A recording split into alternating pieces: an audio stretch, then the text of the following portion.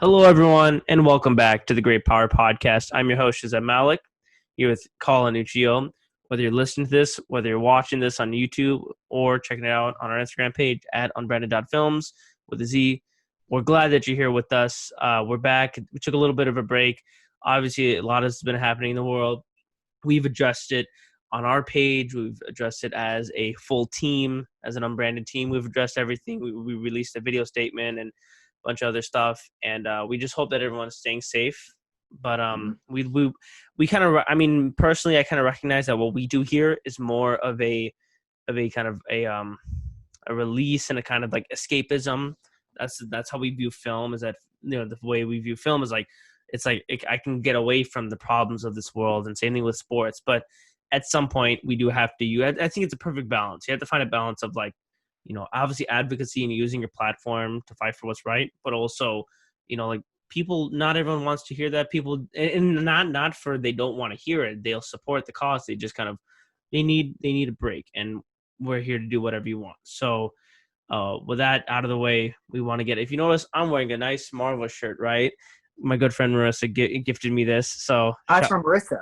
Yeah, Marissa, great job. I love the shirt. That's actually how so this was part of a white elephant gift exchange that we did. We had as student, because we met the student government, we had a student government Christmas party, and she got me this, and she got me a Goodfellas poster, which is downstairs in the studio. I know the Goodfellas poster. Yeah, I told you about that. So a lot of she's a great gift giver. So Colin, when it's your birthday, like in September, like she's gonna go all out.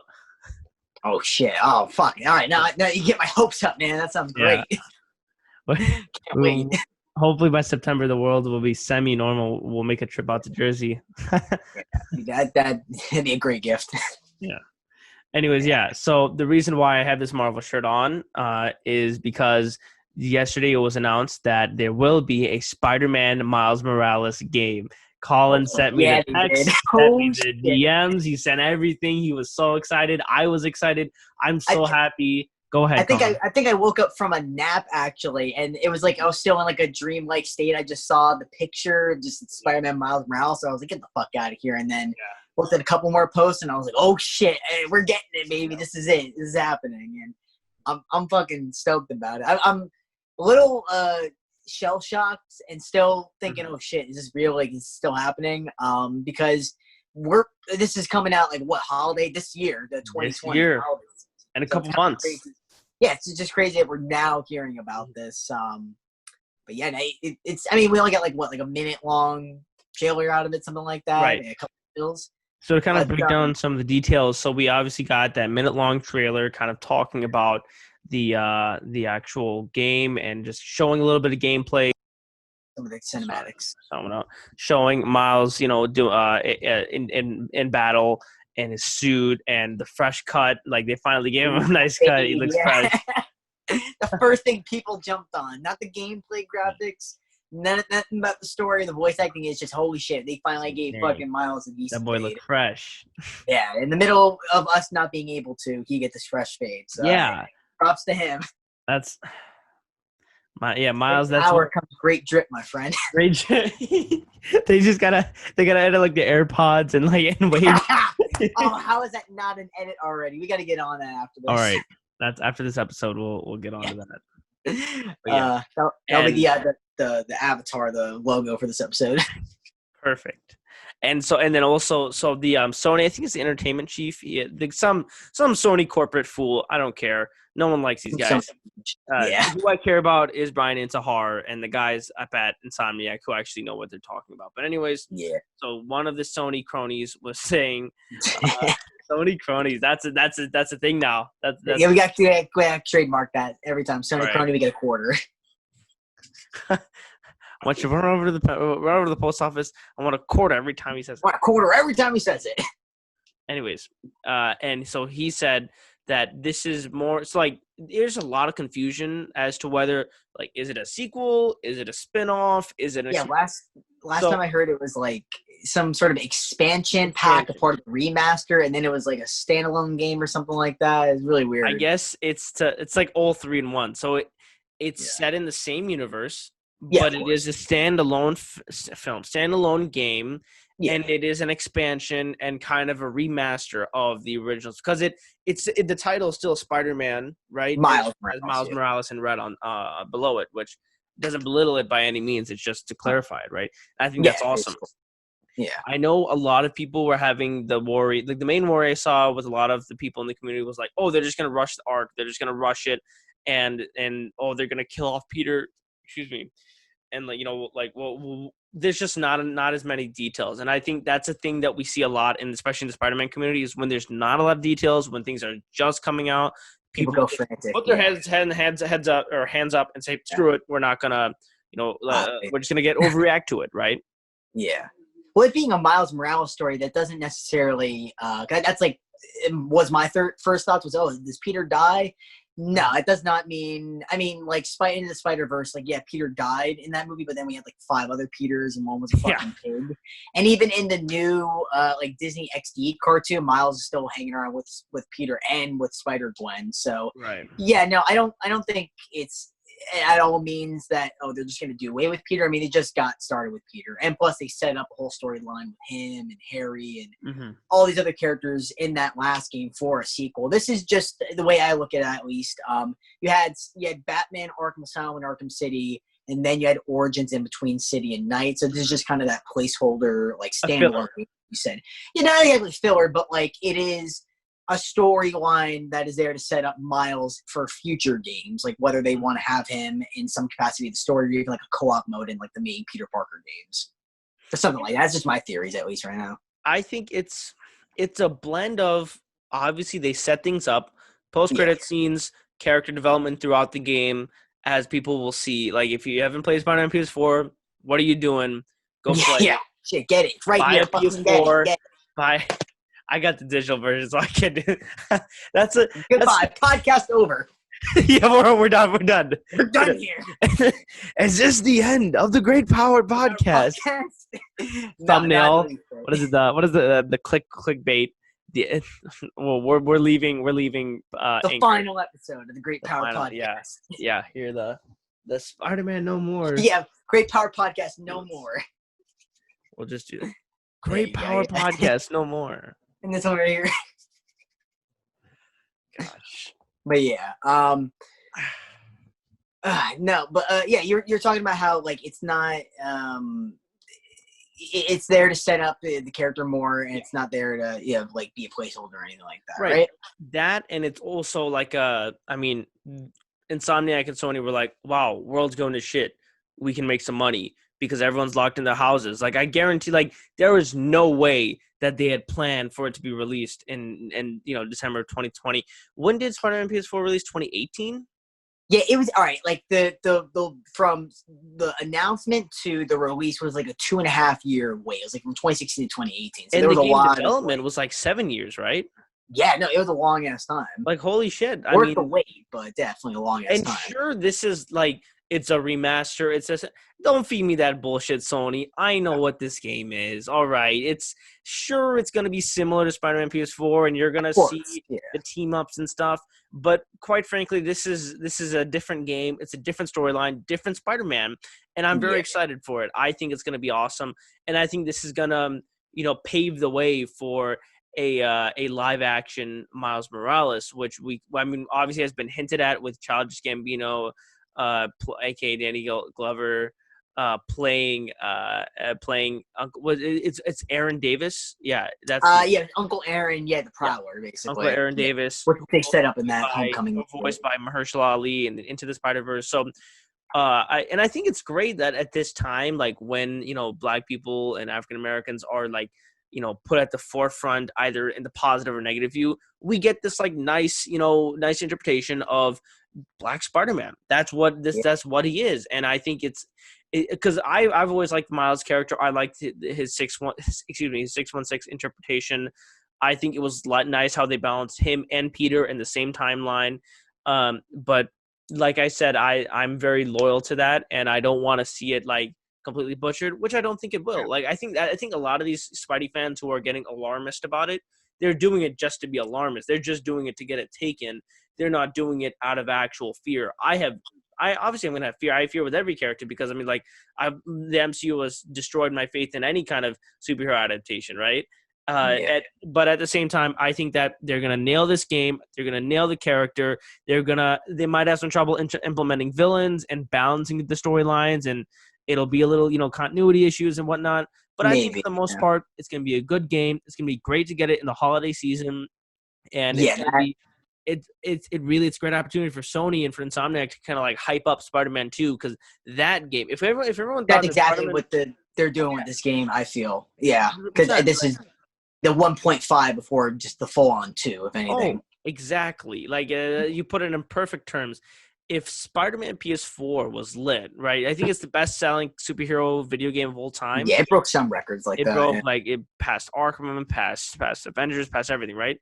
Yeah. If that's what the first one did, what do you think that the second installment is going to do on top of the release of Miles Morales, game, on top of all the DLCs that the Miles Morales game will release, on top of all the other Spidey content that's out there, Spidey 3, Into the Spider-Verse 2, the TV shows, the comics, it's all out for the, and then, obviously Sam Raimi, the Spider-Man, like the Spider-Man genius, is doing a Marvel film again. Like, let's see Doctor Strange too, yeah. Right. There's going to be a huge amount of Spidey or Spidey creator related content out for the masses to consume in such a short span of time, basically. Exactly. Like, I think that's what 2018 was. It was the golden age for Spider, right? Yeah, it was Infinity War, Spidey, PS4.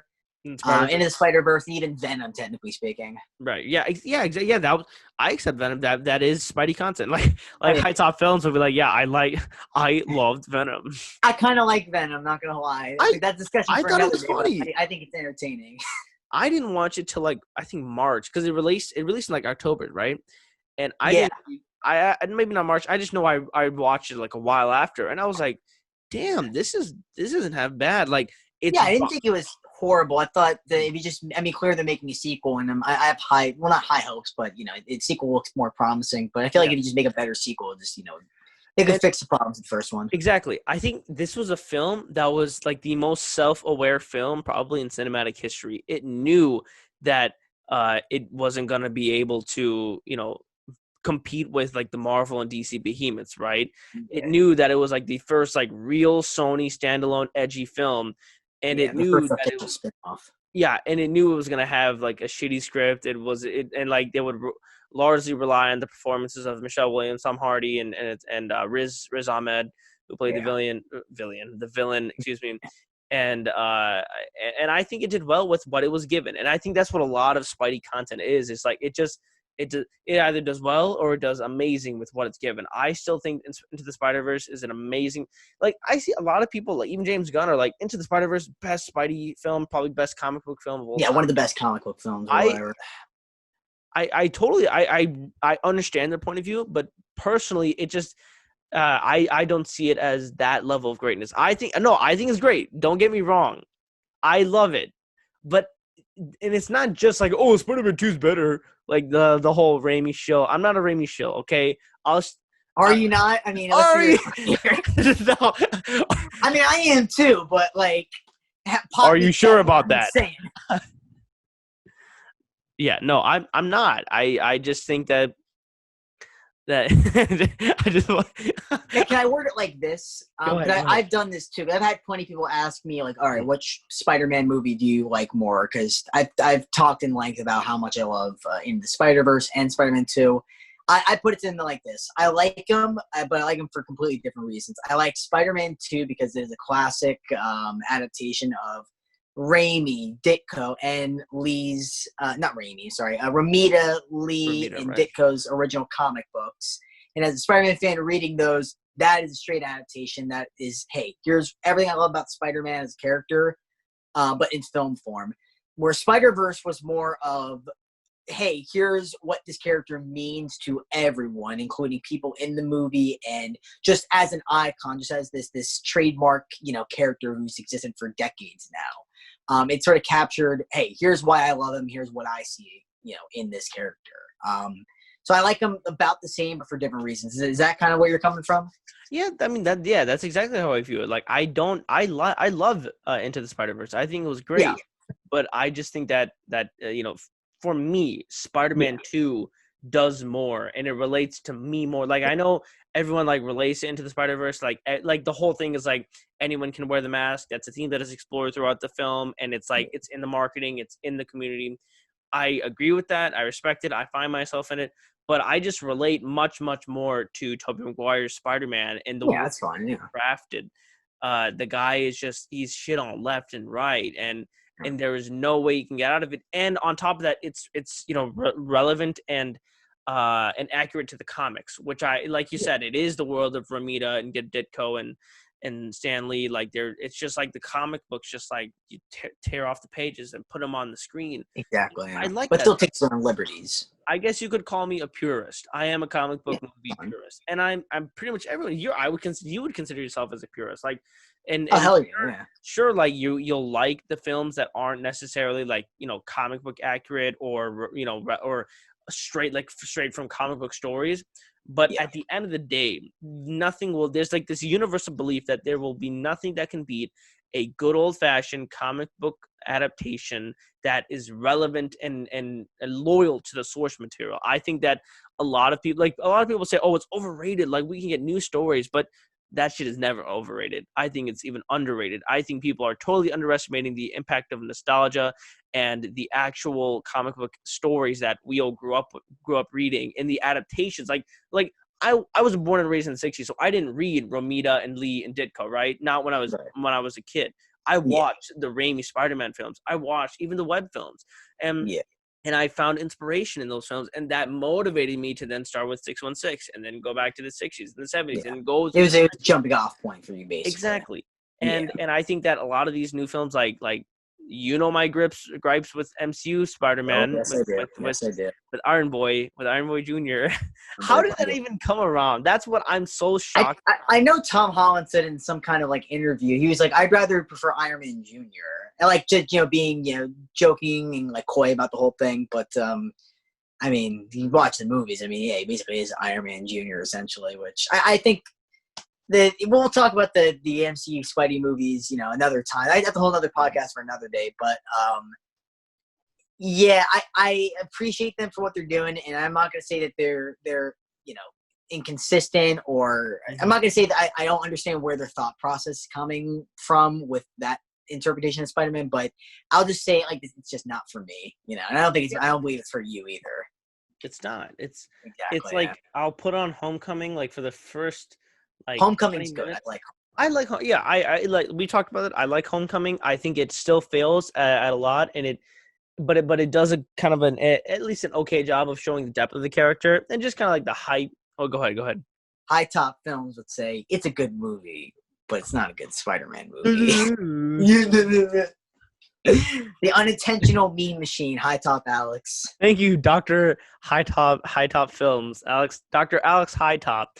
PhD in film and Spider-Man. Just PhD in Spider-Man. That's it. Pretty much, yeah. The doctorate for Spider-Man. Yeah. So throughout the podcast, since we started in November, and now we've been referencing High Top Films. So there's a YouTube channel called High Top, HITOP, like the High Top sneaker, High Top Films. And the main guy, Alex High Top, is a young filmmaker from somewhere in Philly, I think, or somewhere in Pennsylvania. I think Philly. Or Pittsburgh, I think. Yeah. And so he's a huge like Spider-Man Raimi, I guess Raimi Shield purist, really funny guy.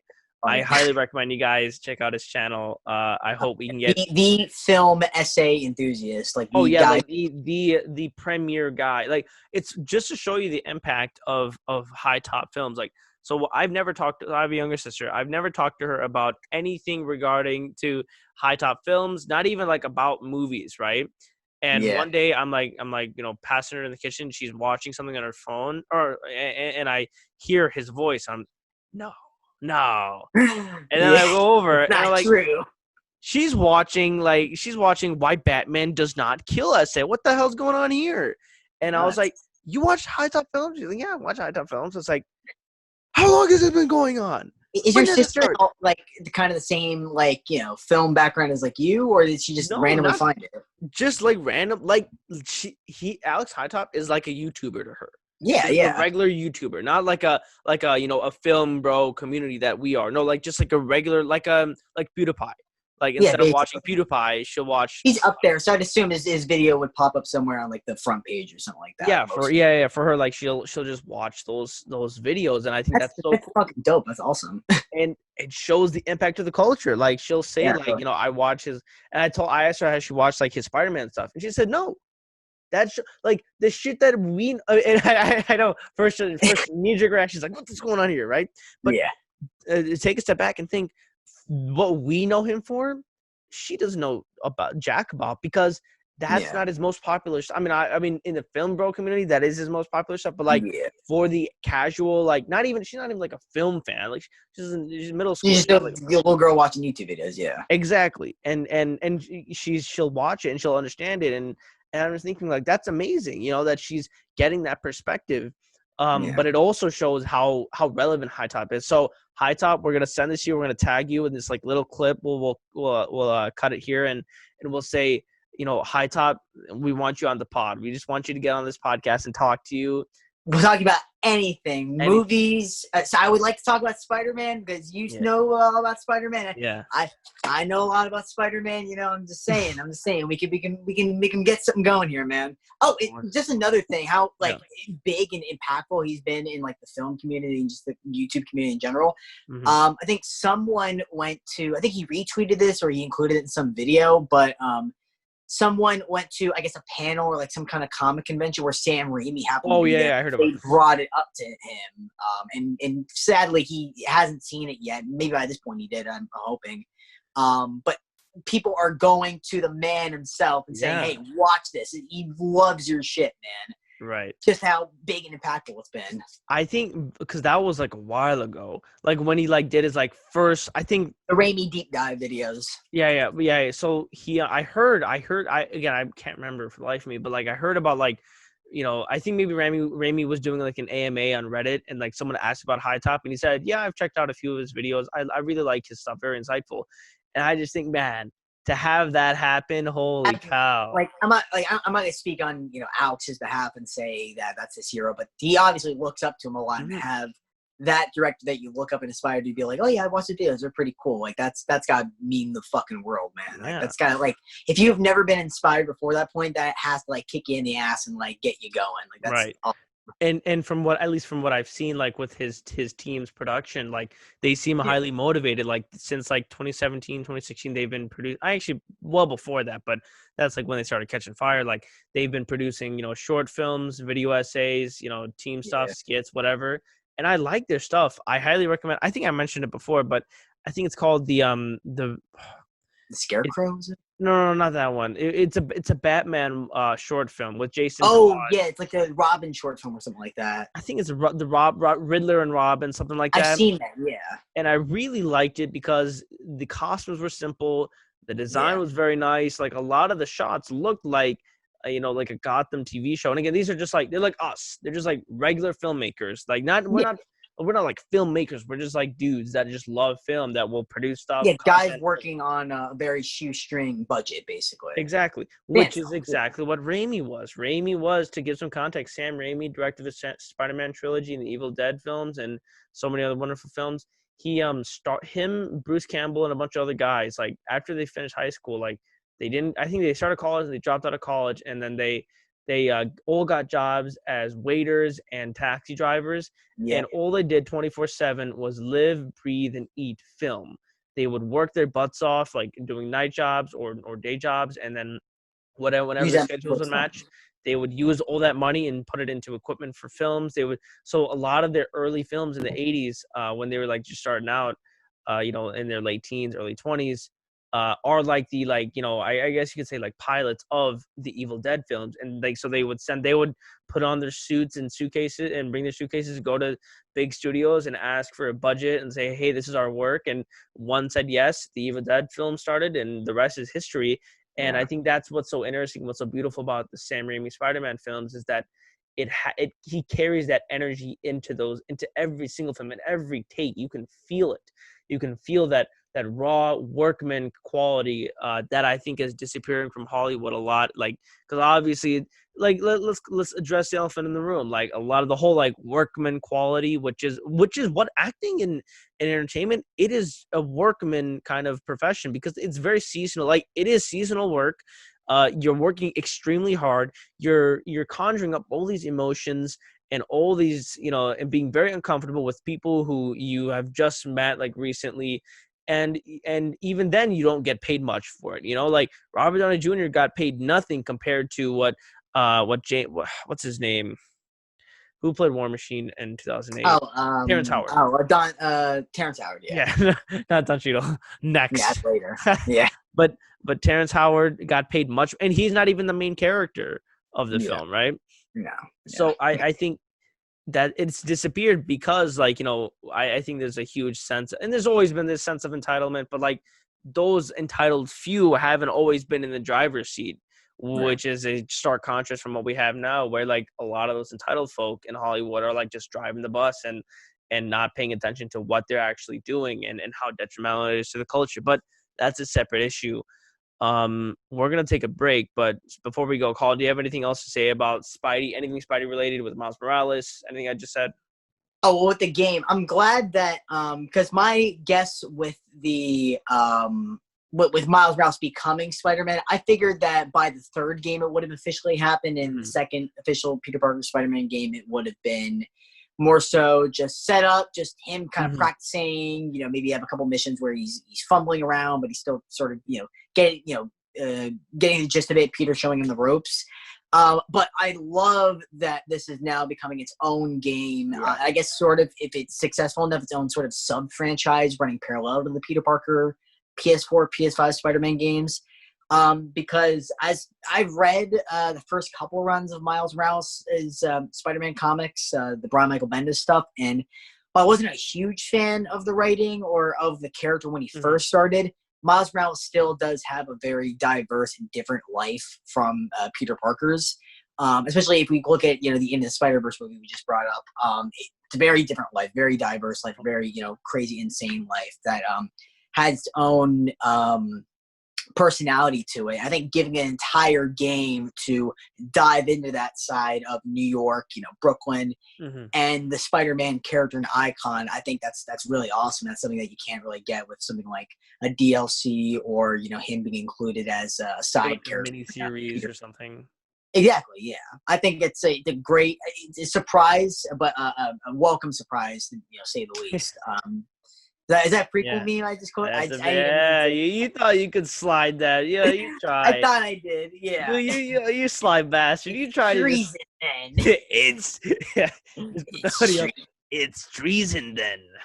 Do it. But no, I'm really excited about this Miles Morales game. It looks promising as all hell, and I'm sure it will have the same mechanics, but I just want to see them nail the Miles character. A little worried because I think without a shadow of a doubt, this will definitely be somewhat overshadowed by Into the Spider-Verse, that being the sort of first official Miles Morales film and adaptation. But I trust Brian Intihar, whatever, Insomniac.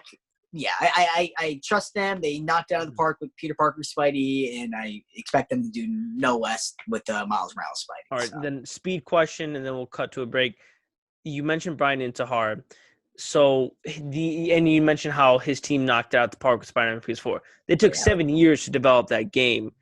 Yeah. Who knows how long? Maybe like 2 years max to develop. Because there's no way they're still developing it. If they are, then God help them. But I'm sure they developed the Miles Morales storyline game alongside it, or at least got like as sort of far with the Peter Parker thing, and then started to work on it with Miles. Well, regardless, let's just say that they didn't spend as much time, prepping this and developing it. Do you think that they'll still nail it, or do you think that lack of time and extra care that they put into things will be detrimental to their cause? I think it will be detrimental because, detrimental and not so detrimental. With Peter Parker Spider-Man, you could take as long as you can with that and make a really great product like with PS4 Spider-Man, but if you didn't, it's not as hard to nail that character and that story because we have seen Peter Parker in so many different mediums and comics, video games, movies. And by that point, we had like 5 or 6 Spidey movies that were just Peter Parker. With Miles, though, it is a little bit more detrimental if you don't take as much time because we don't really know that much about Miles. But at the same time, he is a much more recent character, so you don't have as many stories as Peter Parker. So if you don't take as much time developing or looking into the character, researching all that much, it won't be that bad, especially because, like I said, I wasn't the biggest fan of the Miles, the first couple Miles runs. I thought he was kind of a one-note boring character, but had potential. So it depends. If you use whatever time you have to develop and make up sort of a better, more fleshed out personality of the character, then that's fine. But if you don't do that and you just make them one note and boring with whatever amount of time you have, then I think it will be detrimental. But I think they do know what they're doing in accordance to all the characters that they're working with. I think they will bring some fresher, newer life to Miles that hasn't been seen before. Right. Interesting take. Well, thank you guys for tuning in to part 1. We're going to take a quick break, and we'll be talking about all the films that have been delayed and a little spicy cancel culture drama that has been going on. Please stay with us. Hello, and welcome back to the Great Power Podcast. I'm Shahzeb Malik, here with Collin and Shahzeb as usual, and we are going straight into a lot of breaking news that has happened at the time of this recording. What is it, like 10:21 p.m. Eastern Standard Time, June 12th. This will probably be published tomorrow morning. But a lot of breaking news. So Tenet, the film starring John David Washington, directed by the great Christopher Nolan, has been delayed till July 31st. Sad. Yeah, very, very sad. I mean, it's nothing major. It's not, it's, being, postponed until next year or anything like that. But just by, 1 or 2 weeks, was it? Yeah. It's just like a 2-week difference. And then Wonder Woman 1984 has been delayed to October 2nd, 2020. The Matrix 4 is pushed back to April 1st, 2022. Godzilla vs. King is pushed back to May 21st, 2021. So it's all over the place, man. Everything's just getting pushed back even more. Yeah, lots of delays. I mean, it's to be expected right now with everything going on. The Wonder Woman one kind of confused me a little bit just because it is if Tenet is able to be released by like July, I feel like a lot of these other movies should be able to release. Like Wonder Woman was supposed to come out in August. Right. Originally June, got pushed back to August. I don't know why Wonder Woman still can't make that release date. And it's the same studio, Warner Brothers, doing Tenet and Wonder Woman, right? I was just about to say it's the same studio. Yeah, so that's kind of odd. Especially because I brought up to you before the podcast. Now that Wonder Woman's being pushed back to a later October release date, I think it's like October 6th or something like that. I think so. Yeah. Yeah, it's like very early October, but it might still hit some competition with Black Widow. It's supposed to come out sometime in November, so if that close together, it's kind of odd. I think the reason why Tenet is releasing earlier than Wonder Woman because on it. Yeah, that is it's like that is reasonable. So yeah, even if Wonder Woman is a better box office hit, no, like Tenet is like the potential Oscar winner. It's the critical film. It's like the good win that Warner Bros. Needs. It's the only movie being released this year. Yeah, it's gotta get out there. Yeah, and then. The reason why I think Wonder Woman is released later is because I think they want to set up the showdown with Black Widow. I guess it'd be the replacement for the summer blockbuster competitions. Put it in like late fall. Yeah, the October, November. Next year it'll be followed by the Batman. Oh yeah, Morbius and Venom 2 and all those ones. Oh yeah, holy cow. Crazy. Yeah, a lot of ones if they get released. Wasn't Morbius supposed to be released this year? Supposed to be released July of this year. Next month it was supposed to come out. Yeah. Wow. When did it get pushed back to like this December of this year? No, March of next year. So like all right. So Morbius was supposed to come out, and then Spider-Man 3, the MCU Spider-Man 3, is supposed to come out next July. Right. Now they're talking about another breaking piece of news. Spider-Man 3 is supposed to start filming this fall. Yeah. So Morbius comes out March, right before Spider-Man comes out. So that might tie into that somehow. I have no idea, but yeah. So March 19th is the release of I typed in Spider-Man 3 and Spider-Man 3 2007 came up. Yep.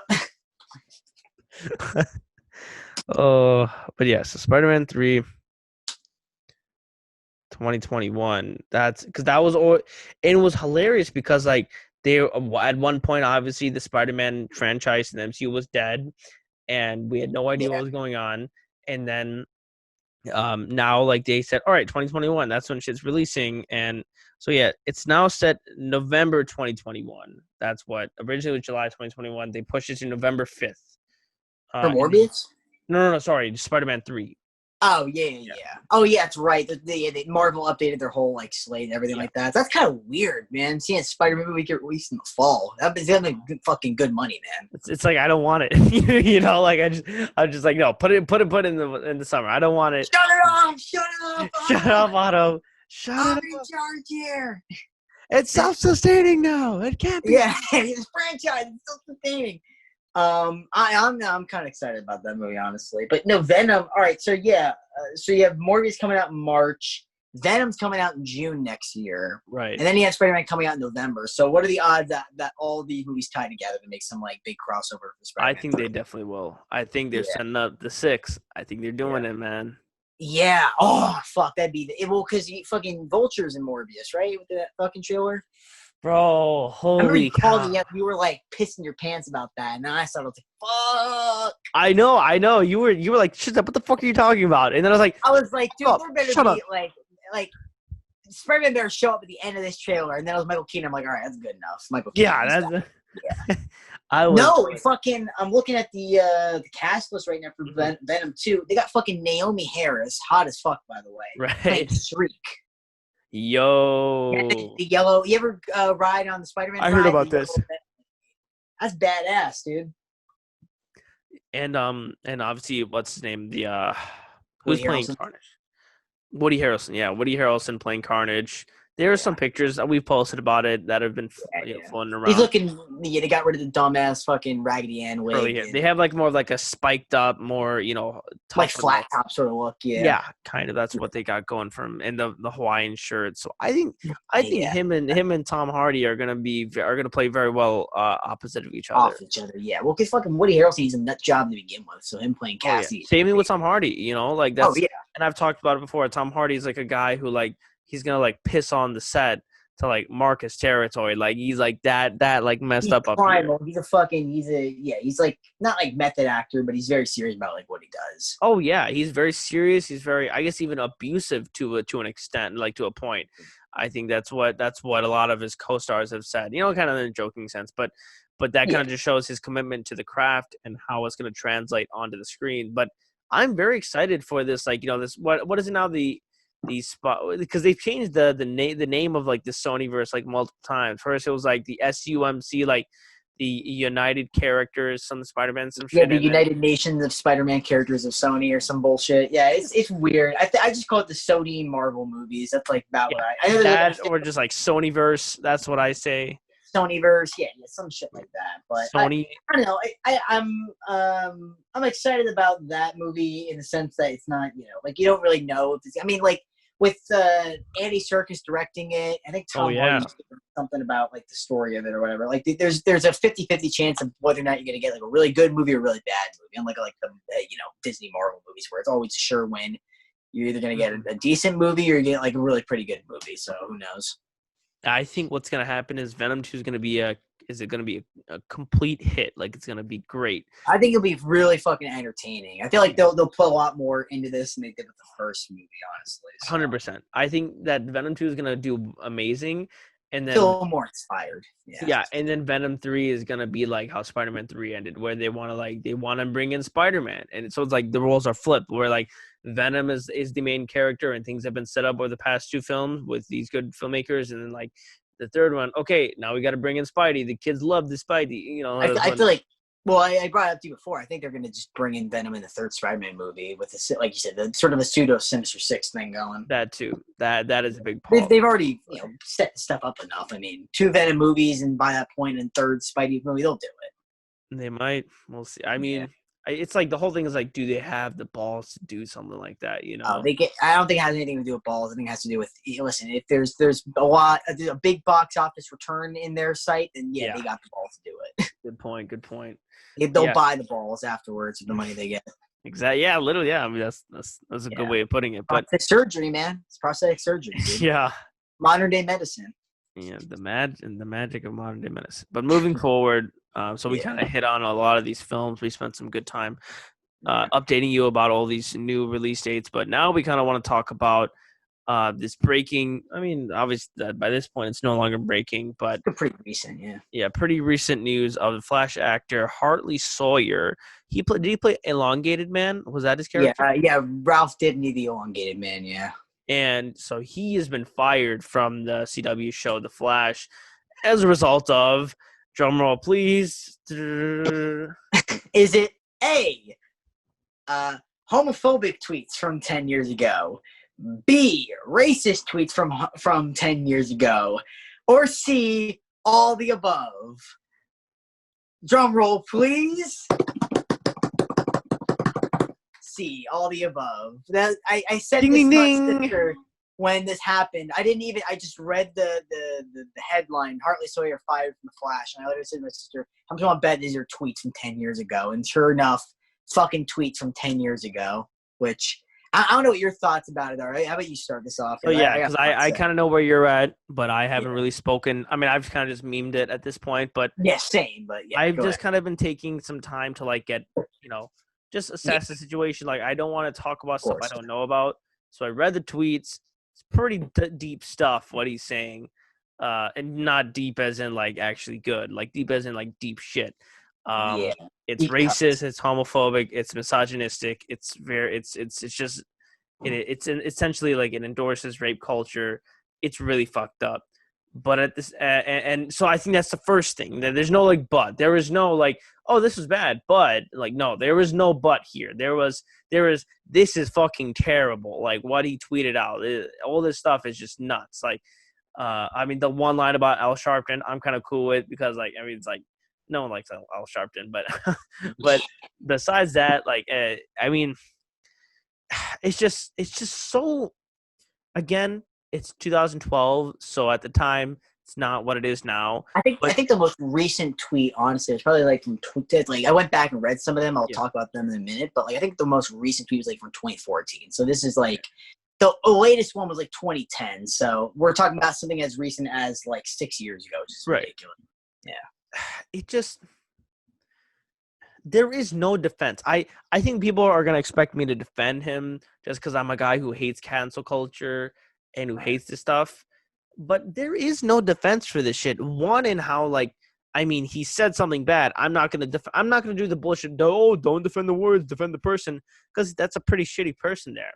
And two, there's just no, if you're that dumb that you are working for CW, which is a predominantly, progressive network. When you look at any other shows, it is very pro LGBT, black, all that stuff. Like they're not just for the white actors and the white. And Grant Gustin, who plays Flash, is a huge advocate. Like he was there at the Black Lives Matter protest. Like he's been about that life. And you can have whatever views you want, right? I think this is a problem that mainstream media and mainstream, television production gets wrong. I think that, like, I kind of I was talking about this with a buddy of mine, and I was saying, social issues, right? Social issues in television and film. How do you deal with them? Right. I use the analogy of compare it to feeding a child, right? If you are a parent and you are feeding a child, or just you're a person and you're feeding a child, right? Like a 2-3-year-old toddler.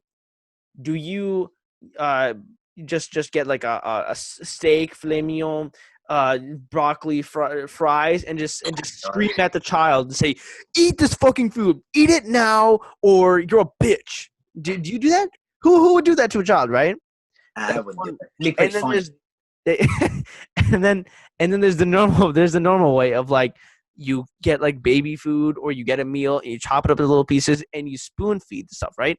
And then slowly but surely the child, as the child matures and understands and gets used to food is in my mouth, like I understand. And that's the thing is when a child is eating for the first time, they're like, the fuck's going on here? They're just like screaming like, wow, this shit sucks, right?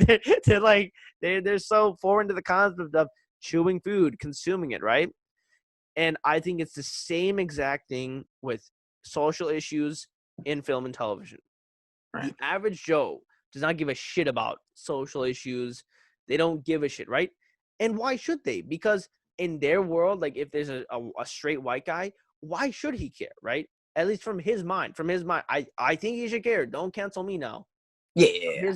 From his mind, why should he care? That's the way he views things, right? I use the example of this show All American, which is also on the CW. Big surprise there. Okay. And All American tackles the story of Spencer James, who is a young African American boy from Crenshaw, California, who's a football phenom, and he gets illegally recruited to play for Beverly Hills prestigious high school. Right? He plays football there. And one thing leads to another. He has to move in with the coach, and he sees the stark difference in like really ghetto, generally minority, low income district of Crenshaw versus like everyone has a phone, has a new phone, laptop, car, etc. And this new, completely different world in Beverly. And he has the struggle between these two worlds. And the show also battles the themes, or deals with the themes of LGBT relationships, gang violence, racism, bigotry, police brutality, even. And this is obviously before the George Floyd stuff happened. And I'm not to say that police brutality only became an issue because of George Floyd. It has been It's within our been never history an issue for decades. and like racism and the problem with the system has been an issue for centuries. That aside, I think the show does exactly what a good parent does. It spoon feeds it in the beginning. It's like, look, black kid, black neighborhood, now white family, white neighborhood, white kids. Wow, it takes it at a good pace, basically, is what you're saying. Good pace. Look at the difference. Right. Okay. It's very obvious. It's like, look, we're showing you the social issue, right? The social issue of racism and gentrification and economic differences, right? Right. And then it's slowly, like, it doesn't just right out the gate, like, oh, look, like gang violence. Look, this policeman is just thrown to the ground, which eventually happens, right? Right. But it slowly dives into those things. It spoon feeds you, right? It kind of caresses you in, and then it really goes deep. And again, for a show about high school football and relationships and diva dramas and stuff, it does a pretty damn good job of it. And then compare that with a show like 13 Reasons Why, which is what we've talked about before. It is literally, I read this article. It was like, it's such a weird title. It was like teen torture porn. I'm like, what the fuck? Well, they hit the nail on the head there. That's pretty much what it is. I don't disagree. They definitely hit the nail on the head. But just like, I just don't get how you start off a show which is about a girl's suicide and then you end up with a broomstick up some kid's ass. Like, I just don't know what the correlation with that is. But I watched the show and I don't care to watch the show. I saw the first season. That was enough for me. But those who are familiar with the show, I mean, if you're familiar with the culture on the show, everyone hates it, right? Because it's just like it's not loyal to the source material. It's just a bunch of shit. That alone, it's like still. But also because I think there's a big misconception with guys who like film and TV. They think like me, like and Collin, like they think that we don't like social issues being discussed in film. No, I totally don't. There's a difference between being preachy and shoving it up the audience's ass, and then there's a matter of actually working it in organically into the story. Don't just do it because it's the hot topic button, because you're going to end up dating your show, and then you're going to look back. Like speaking of CW, there's this one episode of Arrow, I think like Spectre of the Gun or something like that, some like season 5 episode, and they touch on gun issues and stuff like that. No offense, but the CW, especially Arrow, is the last thing to touch on when it comes towards social issues such as gun. What was it like?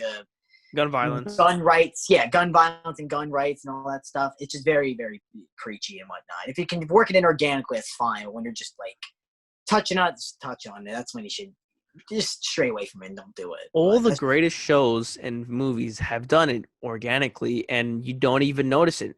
You have to like break it down to understand it. Case in point, Breaking Bad, like on the surface, it's about this guy who this high school teacher becomes a drug dealer. But think about it. Why does he become a drug dealer? Because of how shitty he is financially, because of how empty he feels inside because someone else stole his work. These are issues that are deep in our culture. The theft of intellectual property, we see that a lot. The destruction of dreams, gross income inequality, money. Or even like Dark Knight, where it's like the whole ending. It's 100%. wiretapping stuff during the Bush administration, or terrorism, domestic terrorism with the Joker, all that kind of stuff. That's literally what Lucius Fox was like. I don't play by Morgan Freeman was like, wrong. Yeah. yes, this shit is wrong. And he's like, I'm not gonna be here for it. And then what does Bruce do after? He just self-destruct, right? Yeah. And it that kind of served as a message to like our government that like maybe we shouldn't be spying on our citizens unlawfully. But that's a different. Different day. Yeah, the point is that it does it organically, and I think that's what a lot of shows fail. That's what 13 Reasons Why failed to do. It just like out of nowhere, it just brings in. Oh, like I just watched. Excuse me. I watched the latest season just because it's entertaining. I like to stay informed on like what's. Yeah, I know people that finds just enjoyment out of it, just watching it, and just and just critiquing and just realizing how shit it is. Yeah, I'm sure there's some good aspects in it too, but like I know people watch it for just out of like sort of an ironic. And it's just crazy, man. That show is whack. But yeah, you watch it to see how crazy it gets sometimes.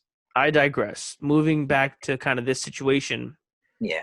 It's like if you're going to work for one of the most progressive networks, you should delete those tweets, right? Now, I'm not saying that deleting the tweets just erase racism just ended, like bigotry just ended. No, it doesn't. That's that. But I'm just saying from his point of view, right? I like to put myself in other people's shoes. I like to be the looking through the rose-colored glasses. That's what I like to do. And looking from Hartley's perspective, like the dude is screwed. The dude is not working ever. Oh, I take that back. He's not going to work for the next like year. And then, he's been reinstated. That I don't think that CW will reinstate him just because of how hot everything is right now and like how hot things will continue. It's definitely the worst time possible to have these pop up. Like when these were like when the news broke, I was like, oh, dude, you have to come out and say this shit in the middle of this fucking social political climate that we're in right now, George Floyd, and in the middle of Pride Month too, by the way, mind you, like all this shit.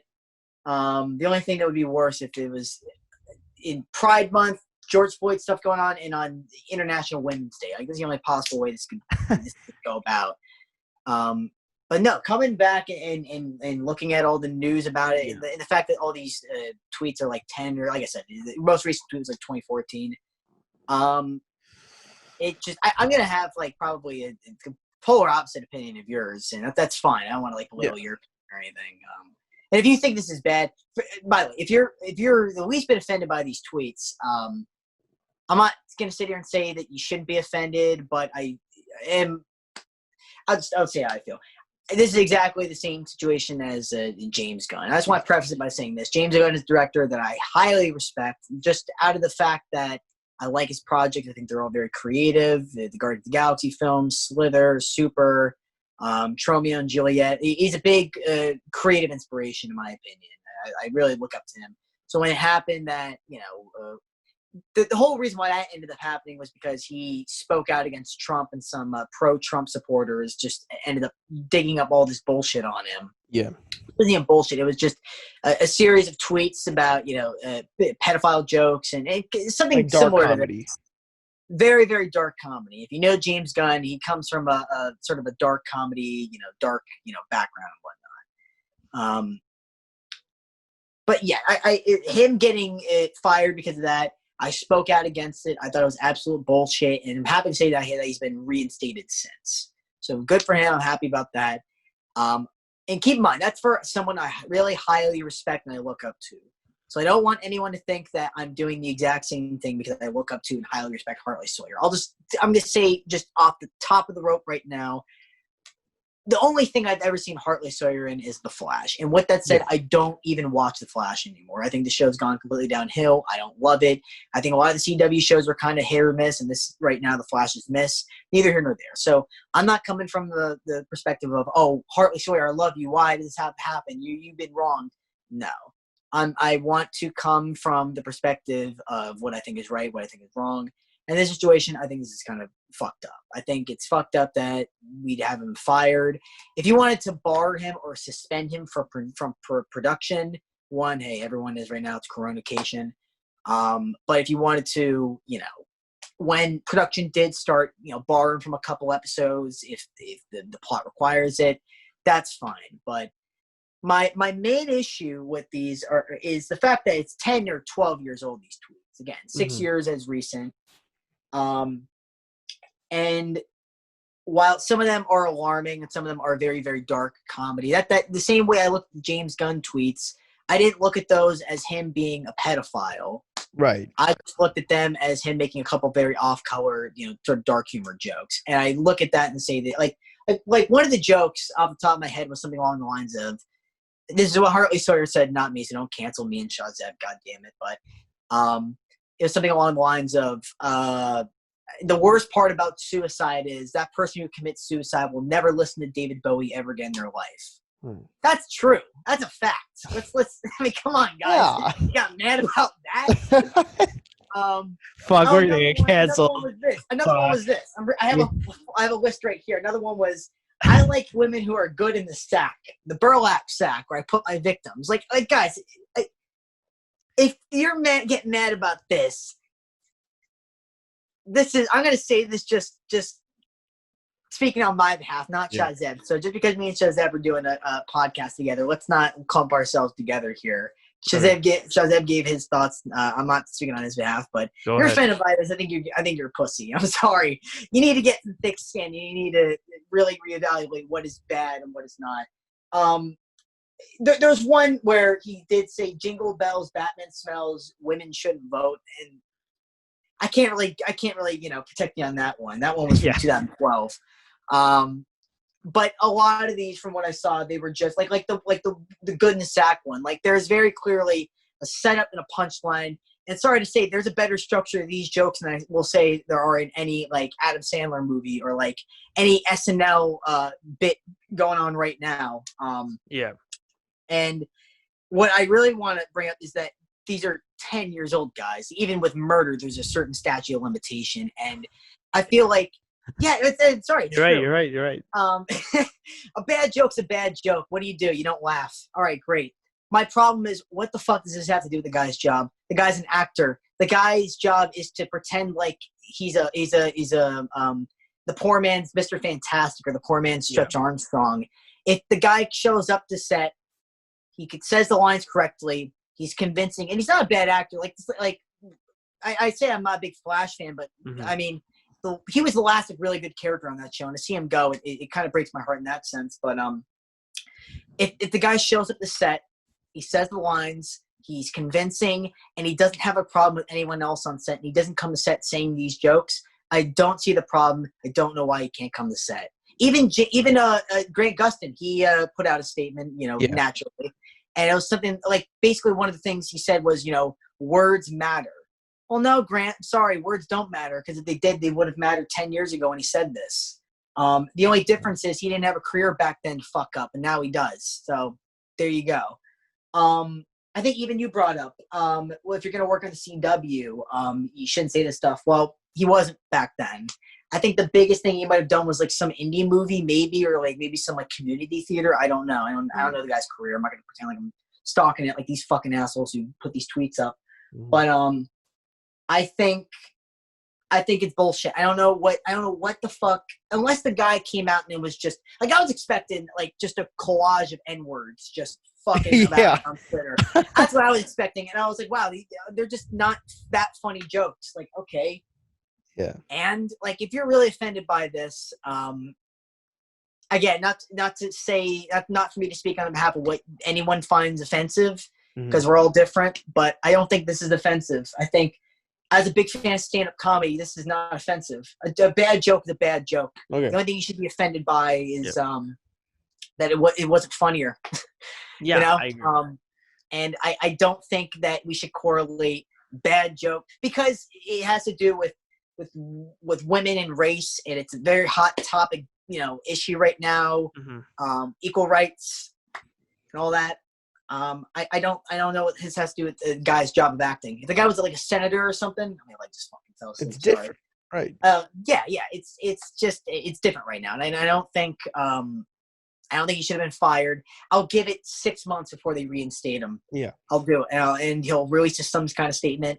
And again, I don't want to speak on don't know the guy personally, but I mean, I've never heard anyone on the cast of The Flash or anyone else who's worked on any of the movies speak, ill of him. It was nothing but good things, and They definitely can. Like, yeah, they they totally definitely can.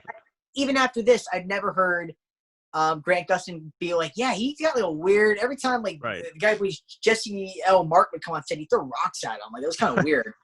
Not one person. They just said like they're kind of upset about it, which naturally, sure, if you're offended by this, Grant. But I just think, listen, if you're offended by this, they're poor jokes. Another thing I want to bring up is that the guy. Have you watched The Flash? Are you familiar with the show at all? Or? Yeah, the thing is, I haven't watched The Flash. I've watched like a couple of episodes of the first season, and I just tuned out. The first season's really good. But Ralph Dibny, the elongated man, at least the version of the character in this show, is he basically was a cop, and he framed a guy for murder so he could get like a promotion. And Barry ended up, he's Flash, he ended up finding the actual facts, the actual murderer, and Ralph was barred and, suspended from being a police officer. So now he lives a life being a private detective. He gets powers. And he's kind of an asshole at first, but then Team Flash takes him in and sort of shows him how to be like a real hero. Mm-hmm. Any of this sound familiar? Yeah. I don't understand how anyone who worked on the show who came out and being like, we're angry about this, does not see how life imitates art or art imitates life. Yeah. This is a guy who plays a character who, made mistakes in his past, whether they were framing someone for murder or making a couple bad jokes on Twitter, and is trying to, grow and become a better person. How can you fire someone? How can you make a show that lives up to those morals, but you yourself in real time don't live up to those same morals or those same expectations? I think it's a joke. It's the same thing with James Gunn with him making the Guardians films. He makes a film about a group of people who made mistakes in the past, becoming better people from it and learning to share their pain, and how you can fire someone who makes something as poignant and beautiful as that. It baffles me, especially over some bad jokes. And then we have something like Marky Mark, exactly. Some reports coming out on his fucking Wikipedia page, mind you, them throwing rocks and actually physically harassing and distressing African Americans. These are legal documents. Yeah, back in the 80s. And again, the statute of limitations, right, happened years ago. Right. I'm sorry, but he physically altercated, real, actual people and harmed them. So versus this, which is just a couple bad jokes. Yeah. All right. I want to give my rebuttal. No. So look, I don't agree with the firing. I mentioned in my first opinion, I don't agree with cancel culture. I hate cancel culture, but within reason, like a Harvey Weinstein or like a Kevin Spacey, absolutely fuck them. It's different. That's not even canceling. That's just like they're evil human beings. Get them the fuck out of here. Yeah, them Epstein and yeah. And it's funny because average everyday Joes like us, we've wanted that shit to happen for so long. We've wanted I always knew there was something with Kevin Spacey. Even Weinstein. Again, I wasn't around when Weinstein was making his his Oscar runs and stuff, but everyone knew in there, and they want to act like they're. We spent a whole hour just on the subject of Weinstein and all the a couple of podcasts ago. Even with Kevin Spacey, fucking Family Guy made a joke in 2004 about him being a pedophile. Exactly. It's a long time coming. Everyone has known this shit. Everyone knows this. When you mentioned this, the CW, why don't they do anything because they're more why are they not living out the morals of their show? It's because it's not about the morals. It's not about right and wrong. It's about it is Pride Month, and it is we have to be trendy. Look, I respect all that stuff. I'm not attacking that. What I am attacking, I can be trendy, but it's more we just have to. We can't get anyone mad at us, so we gotta. It's no different with Disney and James Gunn. It's we're a family company. This guy made some bad tweets. Fire him. We gotta do it. Exactly. It literally is it's like a scene out of The Office where Michael Scott is just you're fired. Okay, run over Meredith with my car. Exactly. That's what it's these kind of spur of the moment decisions that make it's a panic. They go panic mode, and then they just full panic mode. Yeah. And I think that in doing that, in going into panic mode, they lose credibility of themselves. Like, and then rehiring those people, like whether it's 6 months down the line or 6 years down the line, it still confirms that. It's like you just made a bad decision at that time, and here that's you are. exactly, and see, that's what you mentioned, like about like when you finished up talking about like James Gunn, and like you said, like he can get high, like someone who could make something that beautiful and that successful get fired, but you didn't mention that he got rehired. Like he got brought back, you know. That's got brought back, got picked up by WB to make a kicking badass Suicide Squad movie. He got a promotion. Produced Brightburn in between that, by the way, right? And two Avengers movies. Like, fuck. Yeah, that's another thing that people don't know a lot about is him and Frank Grillo produced those Infinity War and Endgame films. Like, that's crazy. They put the money into it. That's right, and I mean it's just. So I think the crux of this argument is cancel culture, these immediate firings, panic mode. This does not result in real change, right? In the context of firing television, film actors, producers, directors, whatever. In that context of I'm going panic mode, so fired, get away from the show. And sometimes it's not even a panic mode. Sometimes it's a coordinated response. Like with Disney, I think that shit was all coordinated. Like that, hey, James, we just need you to just take a couple months. They just gave him a vacation. I got a ton of theories on that. They didn't actually fire him. They just, were like, hey, we're going to say we fired you, but if you need to go do other work, go do other work. I got a whole essay written on that, but I love it. I'm sorry. Don't worry about it. Well, you'll be back. You got Guardians of the Galaxy 3. You're still on the payroll, but we're just but you're not on the payroll. Yeah, do it on the table. That's you're on the fucking table. Don't fucking tell no one. You end up with the fucking fishes. It makes the mouse you're dealing with here. Don't fuck with the mouse, Yeah. We'll fucking turn you into a fucking CGI wall, you fucking motherfucker. You. Turn James Gunn into a fucking CGI James Gunn. You got the fucking Mickey Mouse's fucking magic wand will show up your fucking ass. Don't you fucking tell us otherwise. Just like what is it brand a whole CGI like golf ball suit onto his body, like oh god. Yeah, they gloom in that and they can't leave anymore. He walks up, he has to take a shit in it, he has to shower with it. He got eating it, sleep in it, shower in it. That's insane. You watch G.I. Joe? Oh yeah. Yeah, you remember Destro, the silver face guy? They fucking Silver Snake, right? What? Silver Snake, the snake guy? No, the Destro. He's on the Cobra side. He's got that metal face and like the red collar. Yeah, you're right. Yeah, they put him in that metal fucking mask to punish him. That's James Gunn. They gotta put him in a CGI mocap suit. That's what it's mocap. That's crazy. Yeah, wear this mocap suit for 6 months and you're rehired. I don't think that's it. No, you gotta fucking do it, James. You want to make fucking they have an emergency contract do it. for this. Yeah. You remember this contract you signed in 2013? That's what's happening now. It's happening. It's like that fucking. It's like clause. it's like the Come Town podcast, the fucking woke Italian mobsters, Michael Cancellation. Tony Sepanero. It's they them Frankie. What was it Michael Cancellation. I saw a couple tweets from a couple years ago. It would be a shame if your boss found these. Yeah. It was sensitive information. It'd be a shame if your mom found it. Yeah, it'd be a shame if your mother found these tweets. Yeah. You said something about black people. It's kind of interesting. But look, made a couple jokes. You might not have a job tomorrow. I'm just saying. You know what I'm saying? Something gotta happen.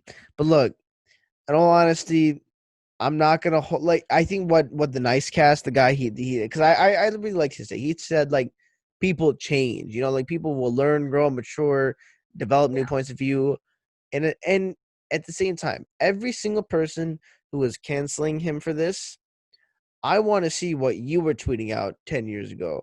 Dude, I'm telling you, I've made I'll bring that up right now actually just to prove a point. I've said, whether it was online or just in person or in confidence with like just a close friend, a family member, I've said, more offensive shit than this. And that Yeah. has nothing to do with me being like racist or homophobic or misogynist or whatever the case is, because you know me, I'm not. I would not be sitting here with a podcast with you, my friend, if I was racist. I would not Right. be working in the place that I'm working at or working with the people that I'm working with if I was racist or whatever.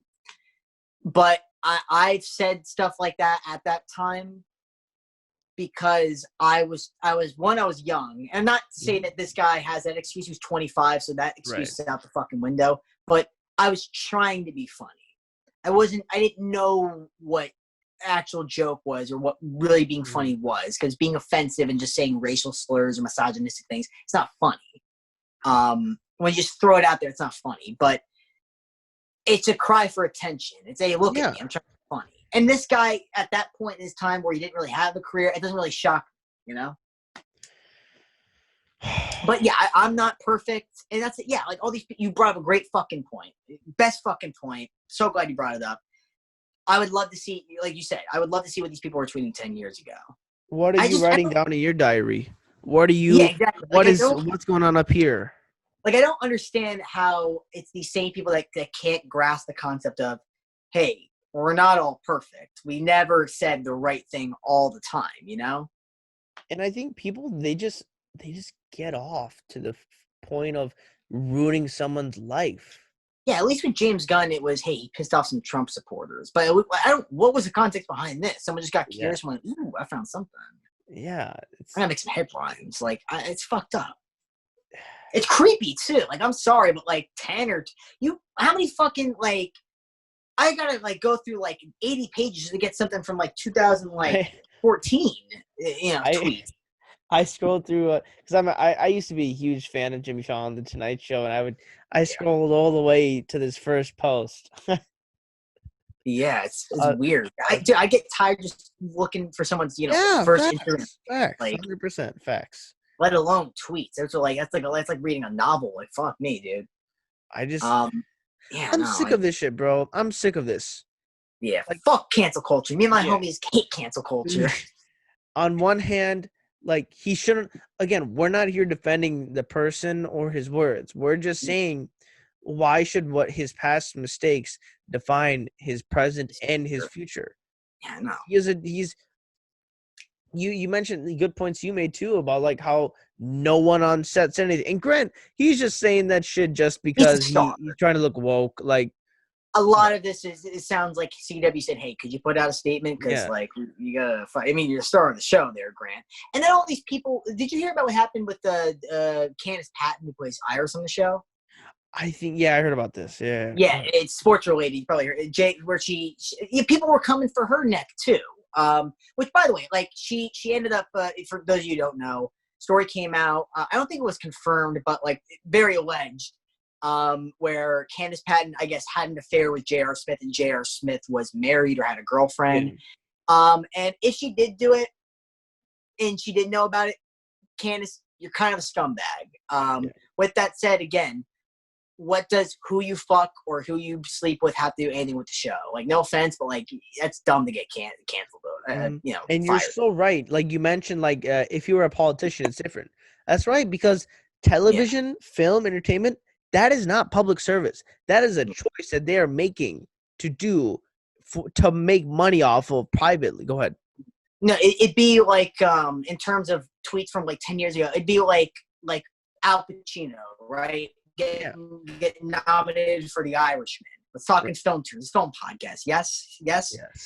Gets nominated for The Irishman, and then the Academy looks over his filmography and goes, "Oh, well, you were in this movie, Jack and Jill, from a couple years ago. That's not quality. You can't be nominated anymore. So we're gonna take that. Take away a possible win because you made one shit film from years ago. It's dumb, stupid." And that's not. And I mean, that's literally what they did with Adam Sandler. Yes, exactly. Literally what they did. Yeah, we talked. I'm kind of surprised you didn't make that point. I was like, no, thank you. You made an even better point. Yeah, no, they even came out and said that, but that's very few less words. And another thing I wanted to mention was, I think it was 12. It was either 12 Years a Slave or it was Selma. I believe it was Selma because I know the director for Selma was a female. And I can't for the life of me remember her name, but I remember that like the cast were talking about this, like as all this shit is happening now, like the NFL is apologizing. Ava DuVernay, yep. That's who it is, Ava DuVernay. Yeah, wonderful director. Yeah. But anyways, like how all this stuff is coming out, like the NFL is apologizing, we're saying, well, we should just like Colin Kaepernick, peacefully protest, like we get peaceful protesting, like. And Ava DuVernay was saying that, like, they like I think they wanted to wear like shirts, or I forget, they just wanted to do something, or like they were just talking about how like this film deals with like police brutality. They wanted to talk about it like with the Academy, and the Academy was like, they were super like, no, you are not allowed to. That is not your place to be taught. And like they're very snobby about it, right?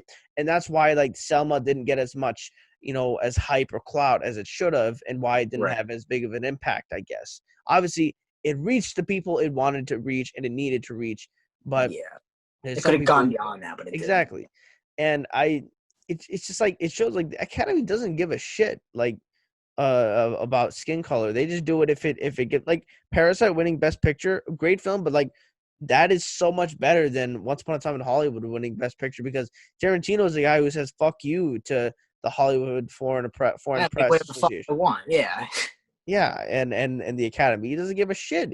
He wins Oscars. He cares about putting out a good product. That I don't give a shit if his movies win an Oscar. I just give a shit about liking the movies and seeing a good movie. Exactly. That the experience. It's the cinematic experience. The Academy has nothing, absolutely nothing to do with the cinematic experience. They think the Oscars is a cinematic experience. The Oscars is a glorified participation. It's glorified circle jerk. Let's just that's what it is. Walk a red carpet, and then we'll just talk about it again by ourselves the next day on E! News or CNN. Or the only reason why I watch the Oscars honestly anymore, which is going to be interesting how they do it the next year with like little to no movies being released, is just to see if someone falls or fucks up, or if Jimmy Fallon or Jimmy Kimmel? Yeah, Jimmy Kimmel. Or fucking Ned Beatty fucks up the La La Land, Emma Stone won for Best Picture, or fucking whatever happened. My God. Yeah, Oscars are a joke. Hollywood's a joke. It is. A joke. Hollywood is a complete joke. It's ridiculous. Fuck you, Hollywood. Fuck you. So sick of it, man.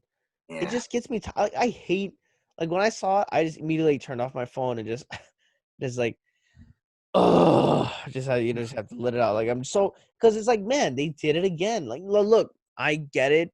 Like, that was when I gave my thoughts first. My initial thoughts, I said it's wrong what he said. I didn't like what he said. I'm allowed to feel that way. Like you said, people are allowed to have totally. If you don't like it, that's fine. I totally get why. I've had plenty of friends where I sent the Hartley Sawyer thing to them and been like, oh my God, did you hear about this? And they went, yeah, good on CW. And I just was like, oh, all right, I'm not gonna touch this. Yeah. And then you just feel disengaged, because if you say, actually I feel different, screenshot, Twitter, cancel Colin. That's what's gonna happen, right? And not to say I thought about fucking posting on. I'll make a post on my Instagram, but I'm not gonna. Not yet, anyways. Right. And it annoys me, because I think I'm more pissed that it's not about real change. It's not, like, in their statement, the CW statement, they're like, we are a progressive, television. That's exactly it. Yeah. And it's like, yeah, we know that. Like, you put out a really shitty Batwoman show that even Ruby Rose didn't want to be part of, and now you guys are stuck scrambling trying to find shit. Like, CW's not looking good. They fucking lost Ruby. Well, Ruby Rose left because, well, I mean, the bullshit she faced she got casted, right? And then what was the first thing everyone said? She's not gay enough. Like, what the fuck does that mean? Gay enough. Because I didn't pay attention much to all that. Is she bisexual? And like they're like, oh, she's not lesbian. It was something like that. Like, I do know that she makes out with chicks, which, hey, Ruby. Come on, Colin. We're gonna get canceled. I'm sorry. Thanks, guys, for tuning into this episode. Guys. I'm sorry, okay? Don't take my that will happen. I will get hired by Disney. Sorry, Shahzeb, I know you don't like them. I'll get hired by Disney 7 years from now, and then that will pop up, and then you and me will both be hung by the gallows. All right. By that time, the cancel culture is going to replace the Supreme Court. Like, it's just going to be like five teenagers like on their phones, like, okay, what do you say? as they're giving us a sentence or looking at their phones, Shahzeb and Collin, you guys are canceled. That's they can't even look us in the eye because he was looking at the phones. Exactly, and it's That's like great. the scene from The Dark Knight Rises, like, so death or exile. Death or exile. Canceled. Death by cancellation. Yeah, that's death We're by gonna go cancellation. walk the fucking thin ice road. And then like Batman saves us. Light it up. that's anonymous coming You in. came back to die with your subreddit. No, I came back to stop you. That's anonymous coming in, hacking and saving us from the garbage. Yes, anonymous saving the day. My boy. Surprise challenger approaches. Yeah. Oh, the memes. Oh God. Oh Lord. Okay. I think we got all our thoughts out. We touched Look, on that pretty well, yeah. I'm just pissed. Like I'm sick and tired of like tiptoeing and like, because listen, I don't tiptoe. I don't do the whole ballet dance routine. I do whatever the fuck I want, right? I say what I want, when I want, how I want. That's how I run as a personality, right? Yeah. That doesn't mean that I'm just like, all right, fuck you. Like, I don't care. Like, I'm going to be considerate about what other people think, say, believe. But that doesn't mean I have to think, say, and believe those things, right? And I think that's what the center of all this shit is like, oh, you're different from groupthink. You're detrimental to the goal, right? And like, fuck the goal. Like, it doesn't matter. What matters is that people have their own perspectives. And I think is I like talking to people who have different opinions than me more than I do, people who actually. You learn more from other people's like perspectives on certain things. You keep your enemies close, and or we keep you. Just if they have a mild opinion towards yours, that's different. That too, of course. Yeah. It informs your opinion. It illuminates your perspective. Might change your entire opinion in and of itself. Exactly. But if it goes from movie, that goes for politics and 100%. But if we have all the same opinion, like this is like why we're doing this podcast, is to say fuck you Disney, like to fuck you all these big corporate tycoons. Like, no, like there is no groupthink. There is going to be our and genuine original thoughts, and if you're gonna muscle us out, you can try, but you like I mentioned. So one of the quotes from V for Vendetta, which Colin and I talked about before, there's a quote. It says, ideas are bulletproof. And like that's a theme that is explored in Batman. It's like as a man, I could be corrupted, but as a symbol, like symbol, real shit. Yeah.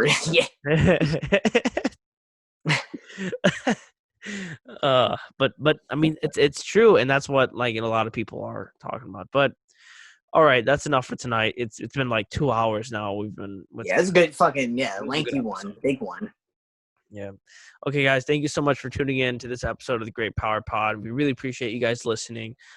Check out the Cinema Flavor Pod on Spotify and all platforms. We just like met them through the DMs, and I was like, I really like this guy. I like what they're doing, so definitely check them out. Link will be in the description. But please continue listening. Subscribe. Leave a rating review on Apple Podcasts. If you have any questions, please email us at thegreatpowerpod@gmail.com or DM us or follow our page at unbranded.films with a Z. And that's all for now. Please stay safe, everyone, and we'll catch you on the flip side.